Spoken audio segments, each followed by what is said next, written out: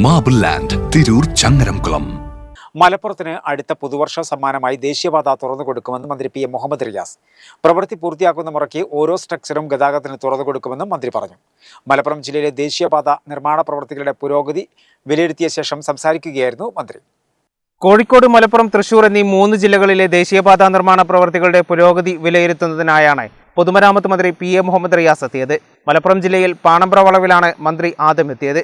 ജഗതി ശ്രീകുമാറിന്റെ ജീവിതം തകർത്ത അപകടം ഓർത്തെടുത്ത് മന്ത്രി സംസാരിച്ചു. പാണമ്പ്ര, വട്ടപ്പാറ തുടങ്ങിയ അപകട മേഖലകളെയും വളാഞ്ചേരി ഉൾപ്പെടെ ഗതാഗതക്കുരുക്കുണ്ടാക്കുന്ന സ്ഥലങ്ങളെയും ഒഴിവാക്കിയുള്ള പുതിയ ദേശീയപാത സംസ്ഥാനത്തിന്റെ സ്വപ്ന പദ്ധതിയാണെന്ന് മന്ത്രി പറഞ്ഞു. അടുത്ത വർഷം പുതുവത്സര സമ്മാനമായി മലപ്പുറം ജില്ലയ്ക്ക് പുതിയ ദേശീയപാത തുറന്നുകൊടുക്കാനാകുമെന്നും മന്ത്രി പ്രത്യാശ പ്രകടിപ്പിച്ചു. 2016 LDF സർക്കാർ വന്നതിന് ശേഷം മുഖ്യമന്ത്രി മുൻകൈയെടുത്ത് മുടങ്ങിയിരുന്ന ഈ പദ്ധതി യാഥാർത്ഥ്യമാക്കാൻ ഭൂമി ഏറ്റെടുക്കലിൻ്റെ 25% ഇന്ത്യയുടെ ചരിത്രത്തിൽ ആദ്യമായി ഒരു സംസ്ഥാന സർക്കാർ വഹിക്കാൻ നിശ്ചയിച്ചു. 5600 കോടി രൂപ അതിനുവേണ്ടി ചെലവഴിച്ചു.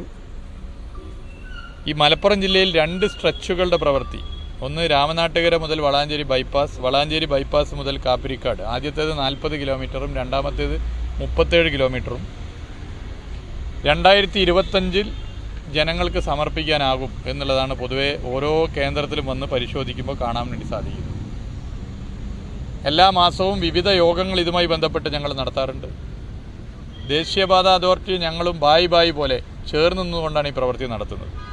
പാണമ്പ്ര വളവിന് പുറമെ കൂരിയാട് ജംഗ്ഷൻ, പാലച്ചിറമാട് വളവ്, വട്ടപ്പാറ വളവ്, കുറ്റിപ്പുറം പാലം, ചമ്രവട്ടം ജംഗ്ഷൻ എന്നിവിടങ്ങളിലും മന്ത്രിയും സംഘവും സന്ദർശനം നടത്തി. പ്രവൃത്തി പൂർത്തിയാക്കുന്ന മുറയ്ക്ക് ഓരോ സ്ട്രെച്ചും ഗതാഗതത്തിന് തുറന്നുകൊടുക്കുമെന്നും മന്ത്രി പറഞ്ഞു. മലപ്പുറം ജില്ലയിൽ 203.68 ഹെക്ടർ ഭൂമി ആവശ്യമായതിൽ 203.41 ഹെക്ടറും ഏറ്റെടുത്തു കഴിഞ്ഞിട്ടുണ്ട്. 99.87% ഭൂമി ഏറ്റെടുക്കൽ പൂർത്തിയാക്കുന്നതിനായി ജില്ലയിൽ 878 കോടി രൂപയാണ് സംസ്ഥാന സർക്കാർ ചെലവഴിച്ചതെന്നും മന്ത്രി വ്യക്തമാക്കി.